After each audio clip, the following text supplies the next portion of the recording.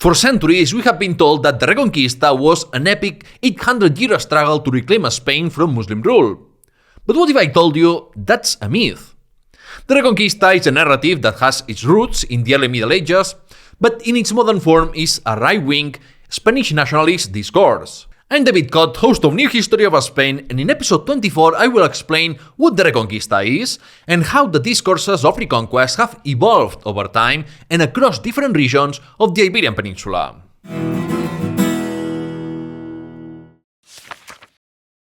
What is the Reconquista?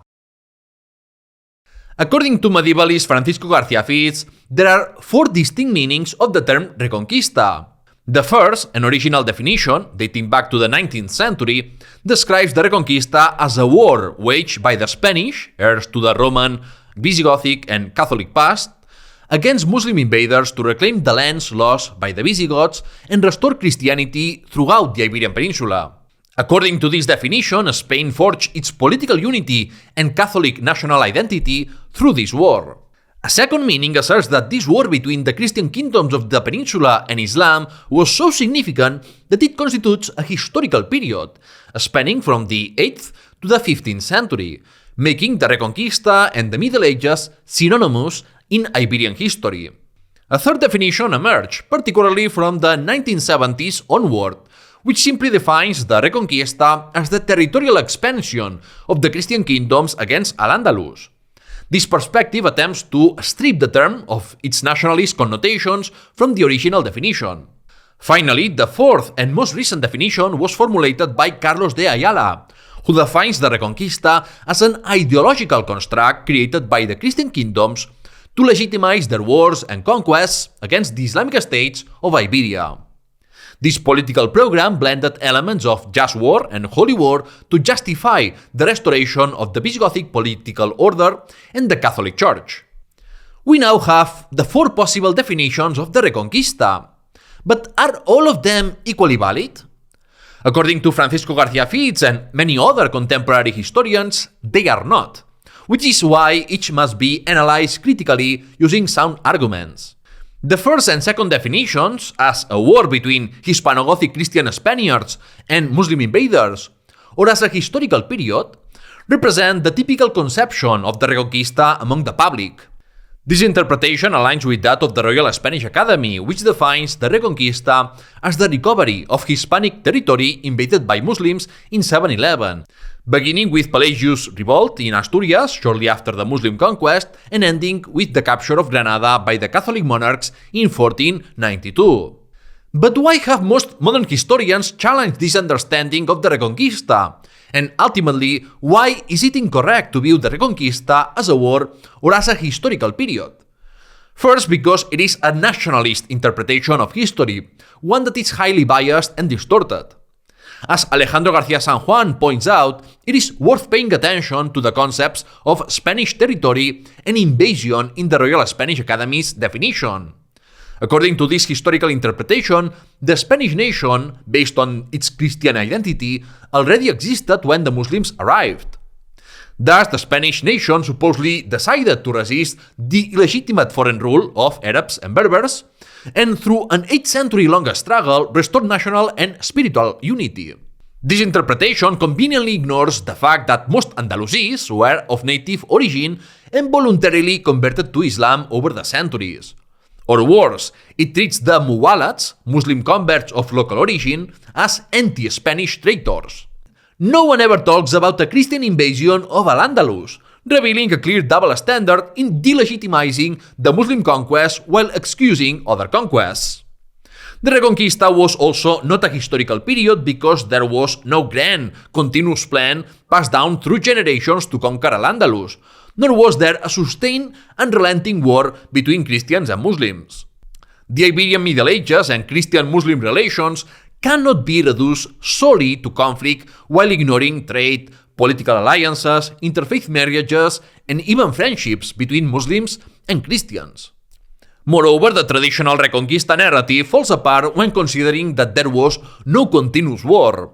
Christian kingdoms and counties often fought among themselves, and rulers were frequently driven by non-religious motives. If the Reconquista was neither a war of liberation nor a historical period, can we define it as the territorial expansion of the Christians against al-Andalus? Fitz argues that using Reconquista in this sense is valid, since we also use terms like crusades, even though they are inherently Christian perspectives. However, in my view, and as scholars like Alejandro García San Juan and Martín Federico Ríos Saloma argue, this usage remains problematic. It is impossible to remove the underlying nationalism because it still implies that Al-Andalus was an illegitimate entity, and more importantly, that the Christian kingdoms were the rightful heirs and continuators of the Visigothic kingdom, an unsustainable claim. Therefore, the only correct way to use and understand the Reconquista is as an ideology of legitimization, as political propaganda. Specifically, the ideology of the Reconquista emerged in the Kingdom of Asturias in the 9th century, presenting itself as the heir to the Visigothic kingdom and the restorer of the previous political and religious order. This is why these legitimizing ideas are also referred to as Neo-Gothicism. If a remnant of the Visigothic kingdom had truly survived in a corner of the Iberian Peninsula, then Reconquest might be an appropriate term. But that was not the case. Multiple entirely new kingdoms and counties emerged, which is why we should speak of conquests, not reconquests. This is the most compelling argument against the traditional definition of the Reconquista.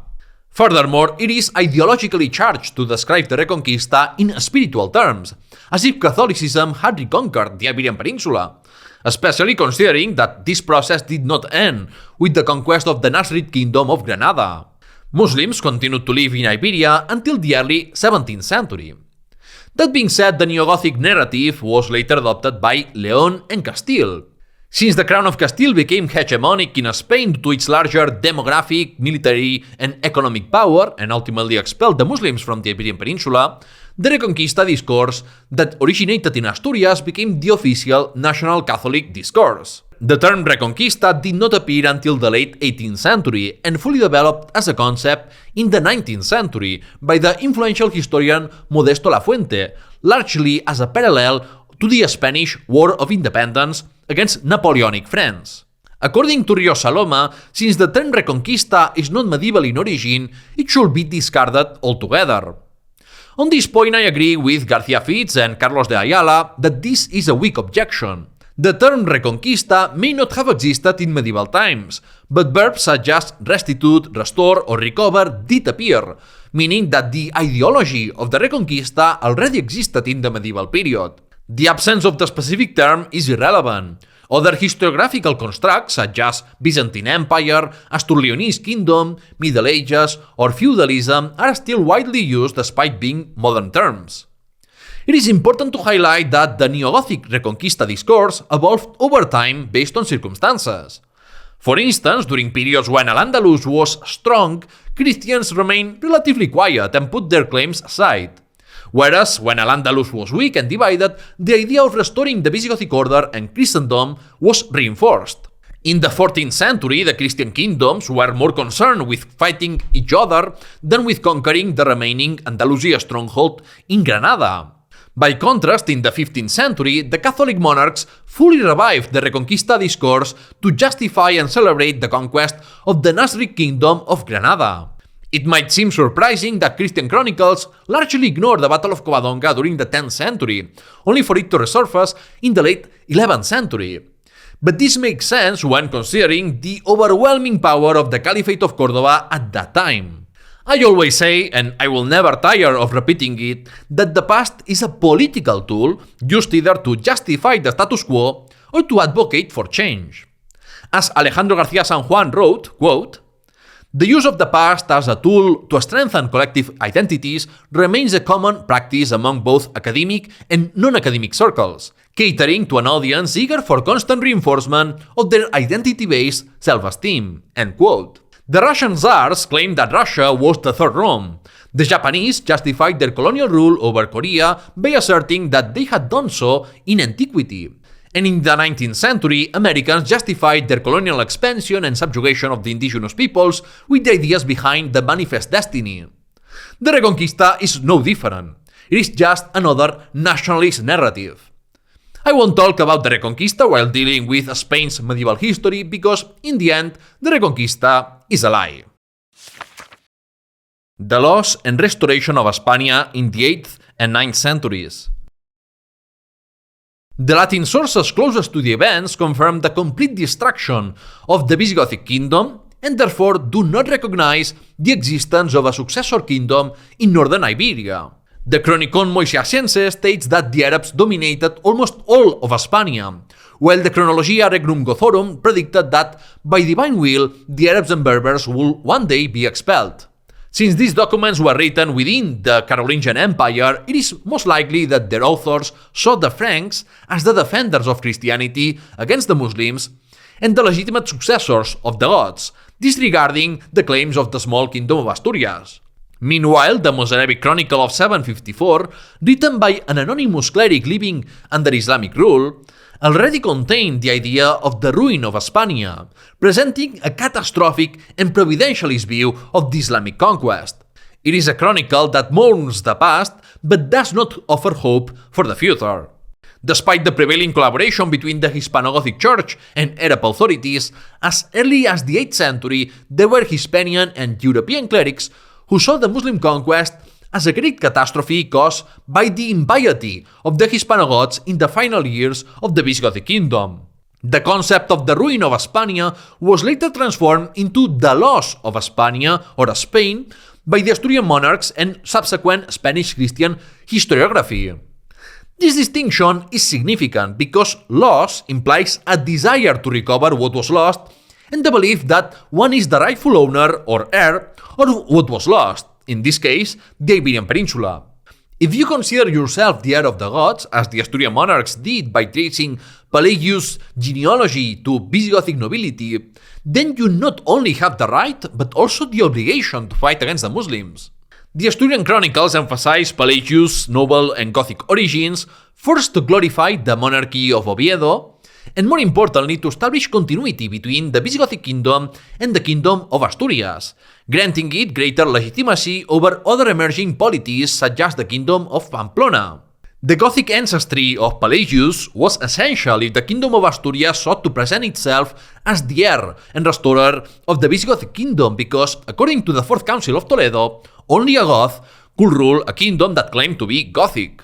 However, an interesting detail is that after Pelagius' revolt, references to the Goths disappear, replaced by mentions of the Asturians as well as Galicians, Vascons, and Castilians. Within the Neo-Gothic imaginary, the Asturians were the heirs of the Goths, yet they were depicted as a new people, almost like an evolved form of a Pokémon. This is why the chronicles do not speak of a Regnum Gothorum, but rather of an Asturorum Regnum, the kingdom of the Asturians, on the only occasion when the kingdom is given a specific name. The first original chronicles of the kingdom of Asturias date back to the late 9th century, although there are indications that earlier chronicles, now lost, were written during the reign of Alfonso II. The so-called Testament of Alfonso II, written in 812, recounts how the Goths, under King Roderick, lost their kingdom to the Arabs due to their sins. However, Pelagius escaped Arab rule, emerged as a sovereign, and defeated the Arabs in battle, thus defending the Christians and the Asturians. Here we see the emergence of the idea of recovering the temples of the Church of Christ in Spania, but without explicitly linking Pelagius or the Kingdom of Asturias to the Visigothic kingdom. Therefore, we can confirm that under Alfonso II, the concept of the spiritual restoration of Christianity in the Iberian Peninsula was introduced. However, there is no clear indication that the Asturian monarchy had yet begun to present itself as the direct continuation of the Visigothic kingdom. The Asturian chronicles were written in the latter half of the 9th century, a time when the Cordovan Umayyads were losing control over al-andalus to local lords, and prophecies predicting the end of Arab rule and the expulsion of the Muslims were circulating throughout the peninsula. Whereas in the Mozarabic Chronicle the Muslims are primarily blamed for the ruin of Spania, in the Asturian chronicles they are depicted merely as the instrument of God, used to punish the Gothic people for the sins of King Witiza and the moral corruption of the clergy. This reflects the typical providentialist interpretation of history among Christians, which can also be observed in earlier works such as Orosius or Augustine of Hippo's accounts of the barbarian migrations and the sack of Rome in 410. The prophetic chronicle of 883 predicted that the Arabs would be reduced to nothing, and that the expulsion of the Muslims was expected the year after the chronicle's writing. It is the prophetic chronicle that explicitly states that the kingdom of Asturias must conquer Spania and restore the Visigothic kingdom. If you have learned new things so far, please subscribe to New History of Spain on YouTube or podcast platforms, and consider supporting me on Patreon. Thank you, Lucas, for your support over there.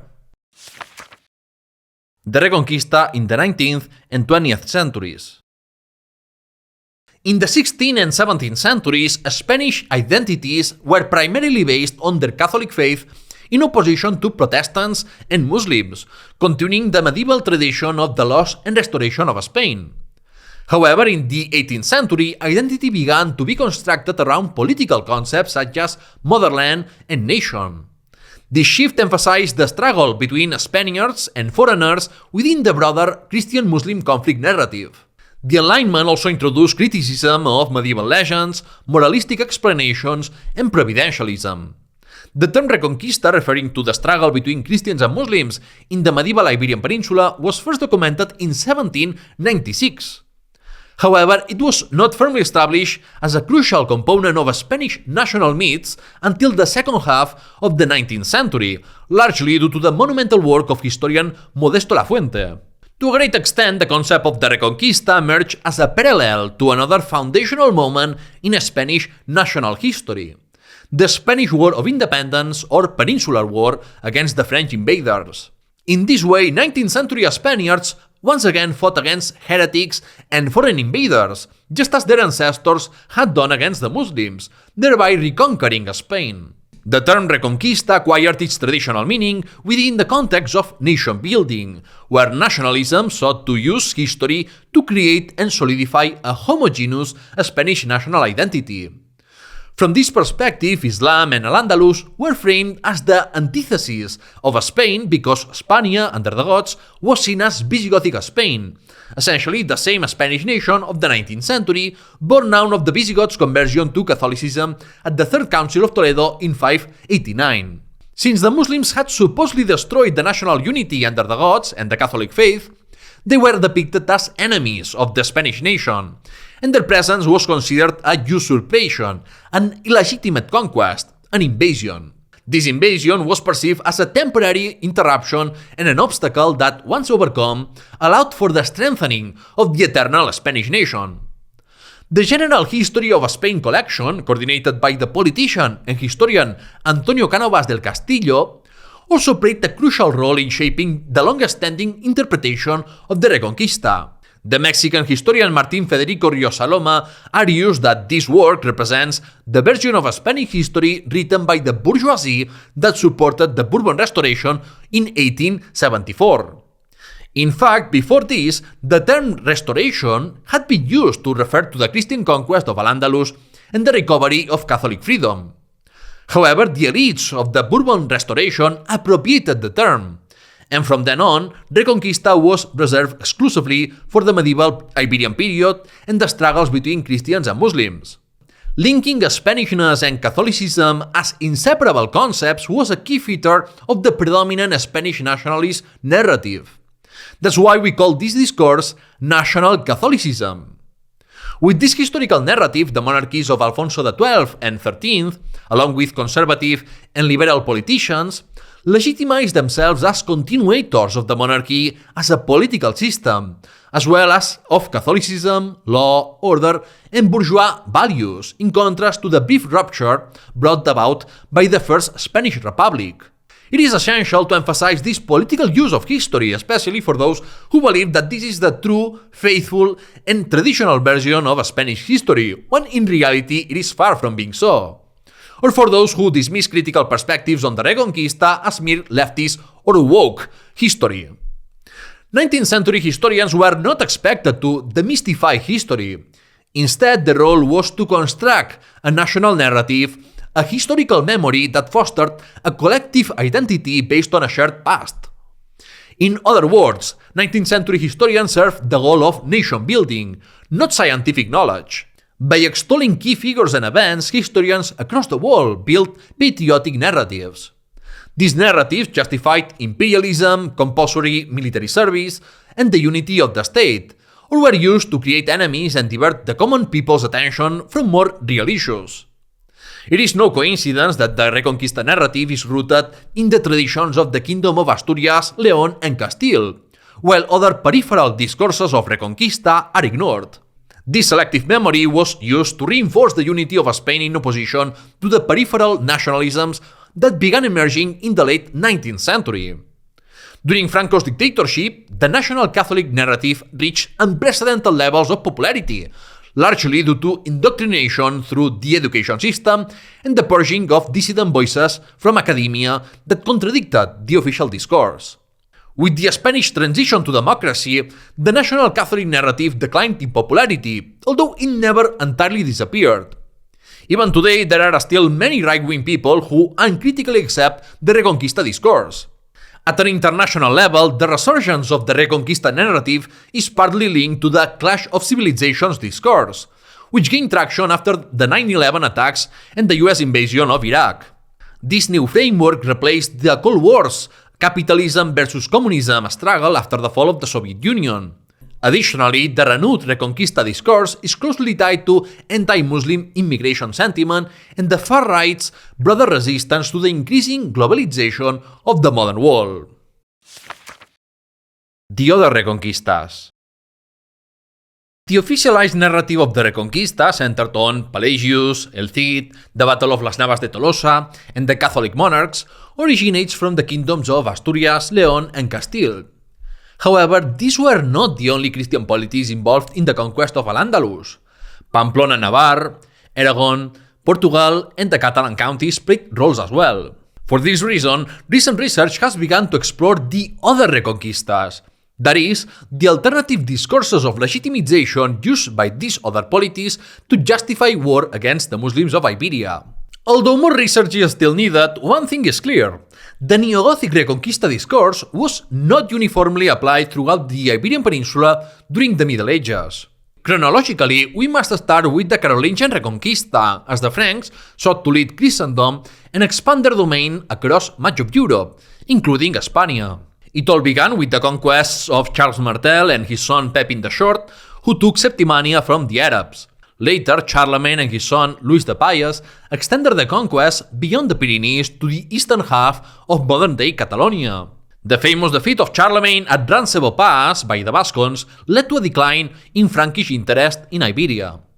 However, any war against pagans or Islam was framed as a defense of the Catholic faith.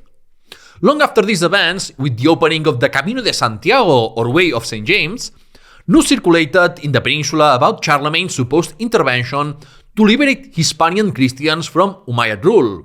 This led Archbishop Diego Gelmírez of Santiago de Compostela to promote, in the 12th century, a fabricated story claiming that the Apostle James appeared to Charlemagne in a dream, urging him to visit his tomb and liberate Spania. According to this legend, Charlemagne launched campaigns in the Iberian Peninsula and convened a council in Santiago de Compostela where he supposedly decreed that all of Spania should be subject to the rule of the Archbishop of Santiago. What do we see here? This is not a king's legitimization discourse, but an archbishop's, as he projected his aspirations for a Christian theocracy across the Iberian Peninsula. Gelmírez used Charlemagne's prestigious figure both for the economic benefits of attracting Frankish and other European pilgrims via the Camino de Santiago, and to challenge the Neo-Gothic discourse tied to León.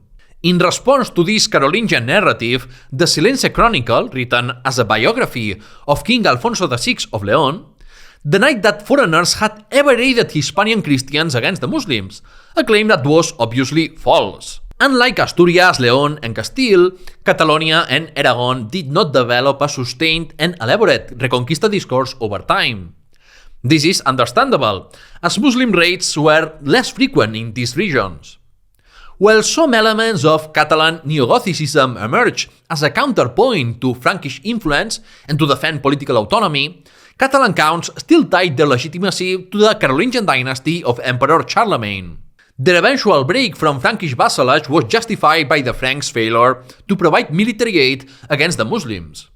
It is important to know that Arab sources refer to Catalonia as Ifranja, the land of the Franks. Even Castilian sources continue to regard it as Frankish territory until the 13th century.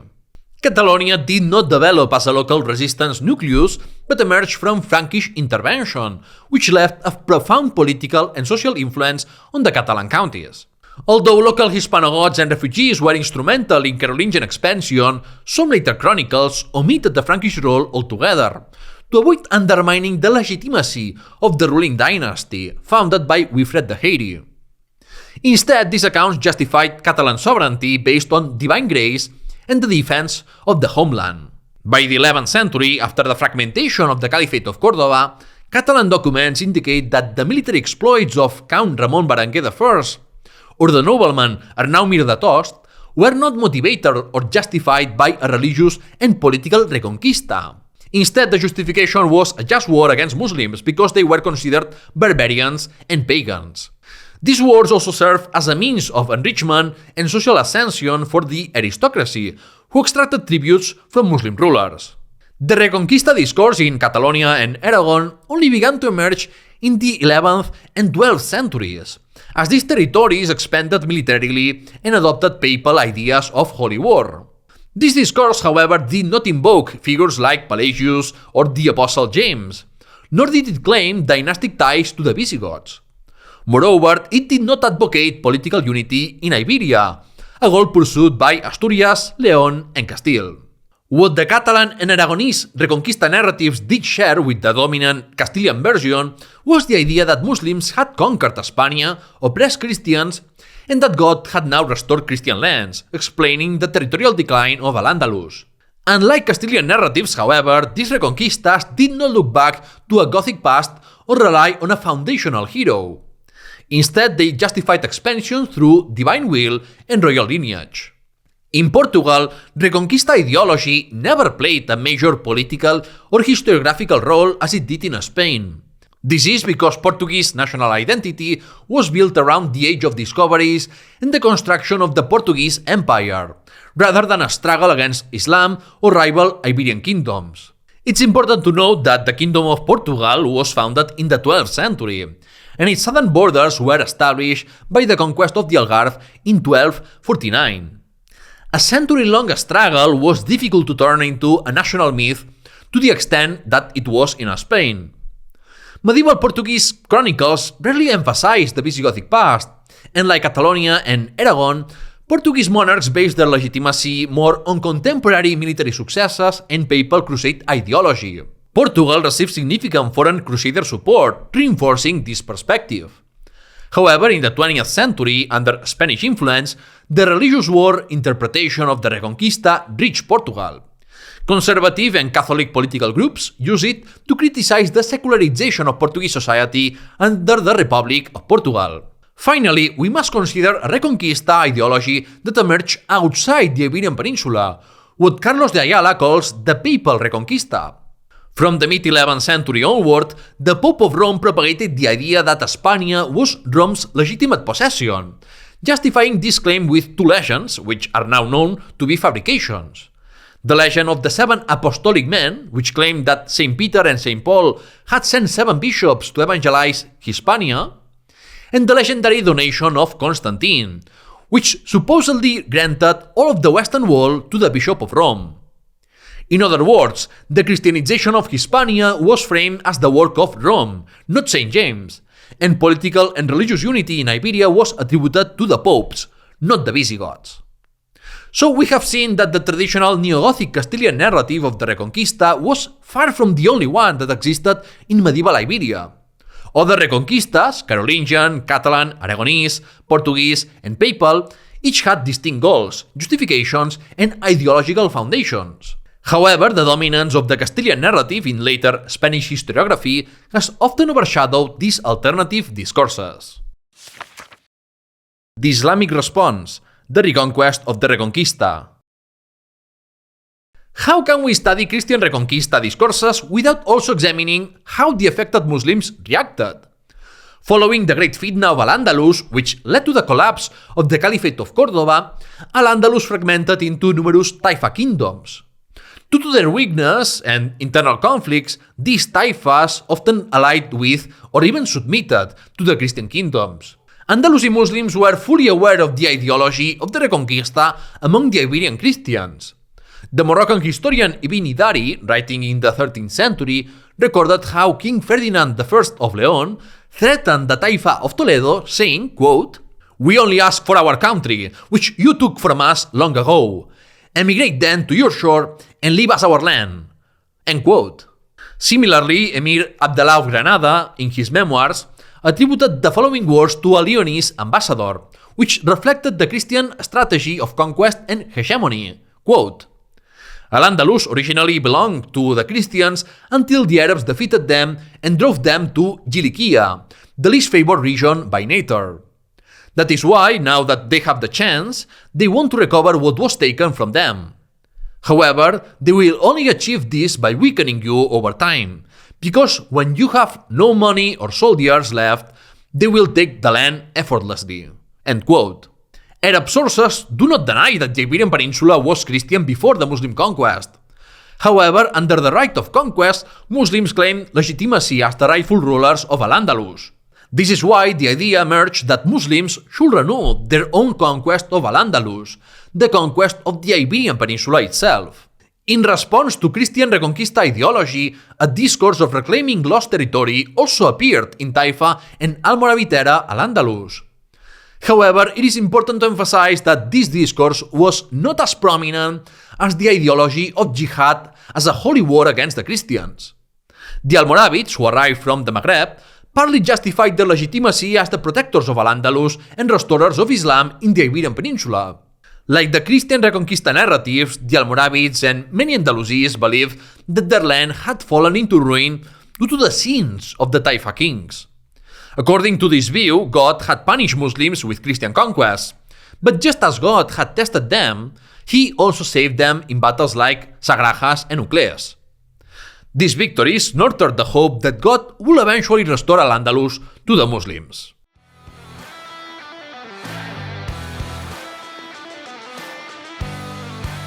The verdict. In today's verdict, I want to discuss whether the national myth of the Reconquista is a necessary evil to maintain the unity of Spain. Some Spaniards, focused on their own history without looking beyond, believe that Spain, unlike other countries, has failed to build a national identity and a unified historical narrative. This has led to centuries of debate about the nature of Spain. As Fernando Bravo López points out, some have viewed this as a disease that has prevented the emergence of a strong sense of Spanish unity, allowing peripheral nationalisms like the Basque and Catalan nationalisms to gain more and more strength. However, this is not a phenomenon unique to Spain. Different interpretations of the past occur all over the world. Some refer to this as history wars. Since World War II, many national myths have been deconstructed after seeing the deadly consequences of nationalism. The questioning of the Reconquista narrative should not be seen as a targeted attack against Spain. Modern historians have critically examined all nationalist narratives, whether they belong to French, Basque, American, or Chinese nationalism. In a world that is increasingly globalized, where nation-states are more interdependent, it is natural for some people to revive old national myths out of fear that collective identity, common values, and national solidarity may weaken. In fact, we are seeing a rise of old aggressive nationalism and fascism all over the world. However, all national myths can be replaced by new ones, for example, by historical narratives that emphasize pluralism, individual freedoms, or equality. For this reason, I do not believe that reviving the old Reconquista discourse is necessary to maintain Spain's unity, and those concerns about these issues should focus instead on building a better Spain. And with that, the verdict ends. Please support me on Patreon through Apple Podcasts paid subscriptions or by making a donation if you want me to continue producing the show. You will find links to that and the Discord server and Blue Sky account of New History of Spain in the description. In the next episode, I will explain the revolt of Pelagius and the Battle of Covadonga, a founding moment for the Kingdom of Asturias. Subscribe so you don't miss it, and see you soon!